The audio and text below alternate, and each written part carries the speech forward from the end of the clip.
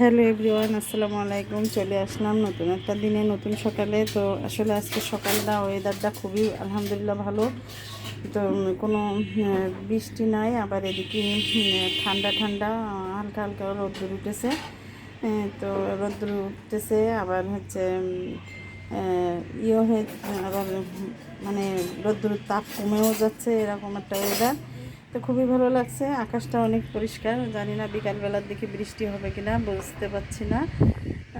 তো আমরা যদি যাইতে হবে। তো আমি নতুন ব্লগ নিয়ে চলে আসলাম আপনাদের সাথে একটু।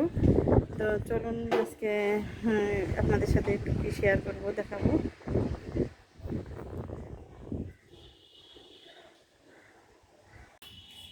তো আমি এই তো মুরগি রান্না করব আজকে। তো আপনাদের সাথে একটু দেখাবো। এটা হচ্ছে মুরগি দিয়ে সিম্পলভাবে রান্না করব, আর এখানে কাঁঠালের আটি দিয়ে রান্না করব। তো আসলে অনেকে আমরা কাঁঠালের আটি দিয়ে খাই না, আমরা যশোরের মানুষ, আমরা কাঁঠালের আটি দিয়ে মুরগি একদিন হলেও আমরা এই সিজনে খাই। তো আমি আজকে কাঁঠালের আটি দিয়ে আর মুরগি দিয়ে রান্না করব। তো আসুন কীভাবে রান্না করি, কী দিয়ে রান্না করি। খুবই সাদামাটাভাবে রান্না করব, খুবই টেস্টফুল হবে। তো আমি একটা প্যান নিয়েছি বড় সড়ো করে, যেহেতু আমার দুইটা মুরগি। আমি প্যানের ভিতরে আমি প্রায় মেজারমেন্ট কাপের এক কাপ আমি দিয়ে দিয়েছি কুচাই পেঁয়াজ কুচি।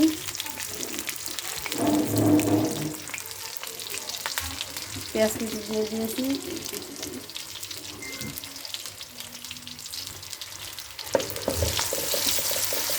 আমি এখানে মশলা দেবো। আসলে খুবই সাদাসিধেভাবে রান্না করব। তো আমার তেজপাতা একদম গাছের অর্গানিক, একদম পেঁয়াজের শব্দ হচ্ছে, কাঁচা তেজপাতা দিয়েছি।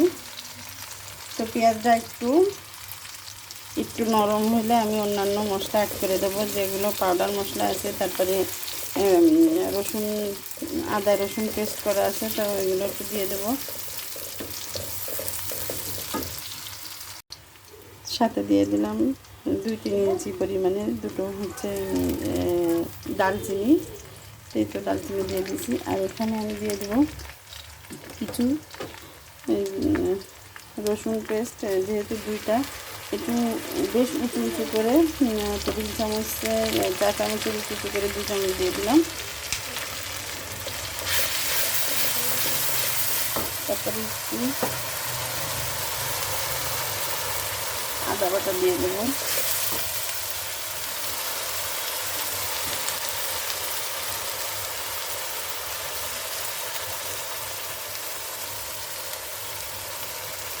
ডিপ ফ্রিজে ছিল আদা বাটাটা। এবার আমি একটু পানি দিয়ে দেবো, কাঁচা মশলাটা একটু কষাই নিলে ভালো হয়।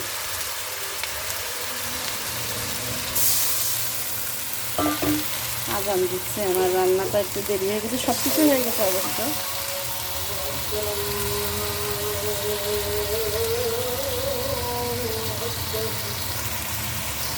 তো আমি এখানে এক হাতে ভিডিও করতেছি, তো সব মশলাগুলো আগে দিয়ে নিয়েছি। পানিটা শুকায় গিয়েছে, দেখেন কড়াইতে বোঝা যাচ্ছে। তো আমি সব রকমের গোসের মশলা, তারপরে হচ্ছে শুকনো মরিচ, তারপরে জিরা গুঁড়া, ধনিয়া, সব কিছু দিয়ে দিয়েছি। তো দিয়ে আমি মাংসটা দিয়ে দিচ্ছি।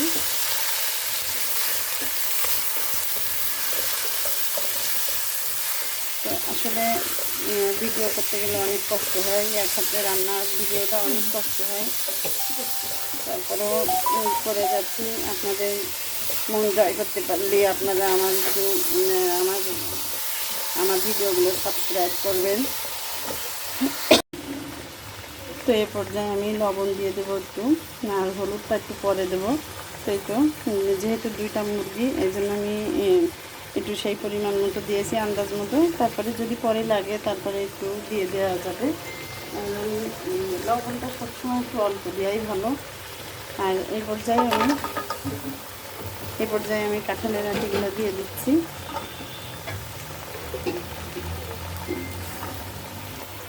আমরা এই কাঁঠালের আটির সিজনে না, কাঁঠালের সময় প্রায় প্রতিদিনই যখনই মুরগি রান্না করি তখনই এই কাঁঠালের আটিটা দিয়ে আমরা যশোরের মানুষ রান্না করি মুরগির মাংসটা। আমাদের কাছে খুবই মজা লাগে।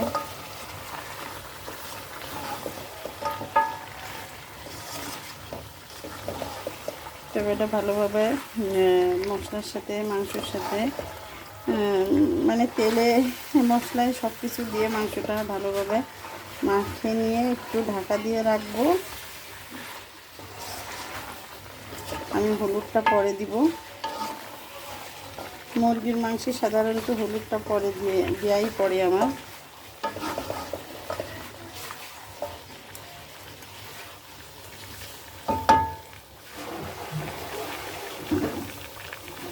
তো আমি এবার ঢাকনাটা দিয়ে দেবো। চলে আসছি আমি 10 মিনিট পরে। আমি এখানে হলুদ দেবো, আর পাশে একটু গরম পানি বসাইছি, গরম পানি দেবো। তো হলুদটা দিয়ে দিই।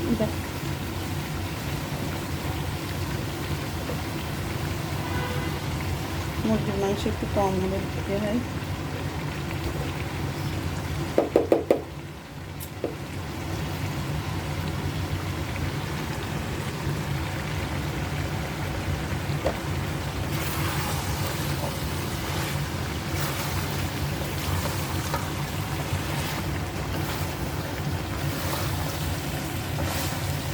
এই পর্যায়ে আমি একটু উষ্ণ গরম পানি দেবো মাংসের ভিতরে।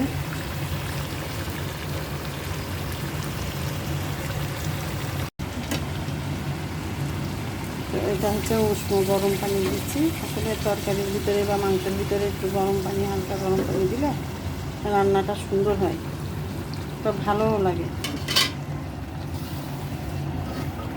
তো আমি মাংসটা একটু হালকা ঝোল ঝোল রান্না করব, যেহেতু ঈদ গেল। প্রতিদিনই প্রায় মাংস খাওয়া হয়, গরুর মাংস, খাসির মাংস। তো আজকে একটু ঝোল করে রান্না করব।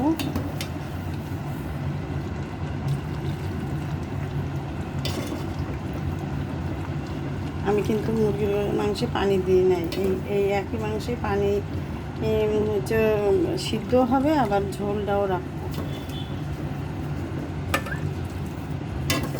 ওকে,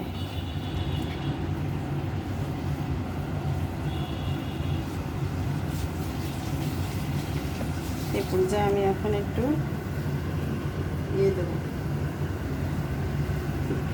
গরম মশলা।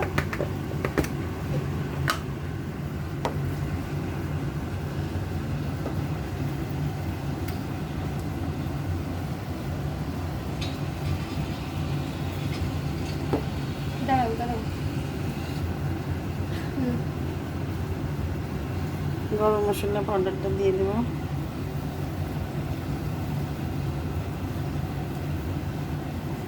আর একটু জিরার গুঁড়া দেবো। জিরার গুঁড়োটা হয়ে আসার আগে দেবো এখন।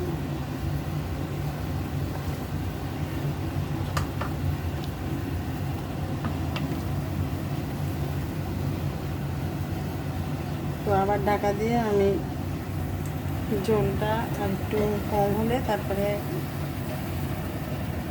মুরগির মাংসটা একদম সিদ্ধ হয়ে যাবে। তো এই পর্যায়ে আমি ঢাকনাটা উঠাই। তো এখন আমি একটু জিরা পাউডার দেবো। আগে দিয়েছিলাম একবার, আর এখন অল্প একটু দেবো। আর একটু তো সেই 16-17টা মশলা করে যে অল্প একটু মশলা, মাংসের মশলা, সেটা আমি একটু দিয়ে দিচ্ছি অল্প করে। দিয়ে আর একটু ঝোলটা কমলি তারপরে আমি নামা নেবো। আমার মাংসটা হয়ে গেছে পুরো। আর যে ঝোল আছে সেটা আবার কাঁঠালের আঁটি আছে, কাঁঠালের আঁটি ছোট করে নেবে। আর আমি আজকে একটু ঝোল ঝোল মতোই রান্না করব। আর লবণটাও ঠিক আছে কিনা একটু দেখে নিই। একটু লবণ দিতে হবে।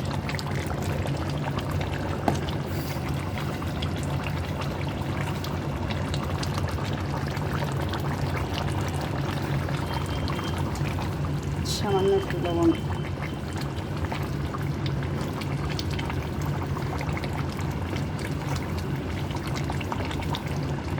তো এই তো আমার মুরগির মাংসটা রান্না হয়ে গেছে। এখন আমি চুলাটা অফ করে দেব।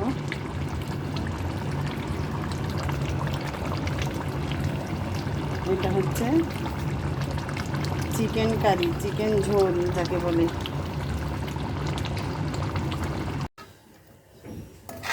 তো হয়ে গেল আমার কাঁঠালের আটি দিয়ে মুরগির মাংস রান্না। তো আমি এখন সবাই খাওয়া দাওয়া করবে, তা এখন ডাইনিংয়ে নিয়ে যাচ্ছি।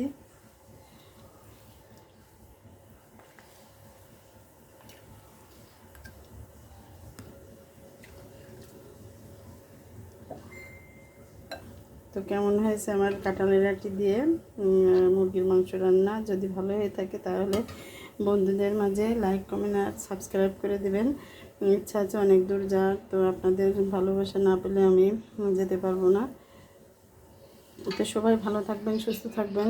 আজকের মতো এই পর্যন্ত আমার ভিডিওটা। আল্লাহ হাফেজ।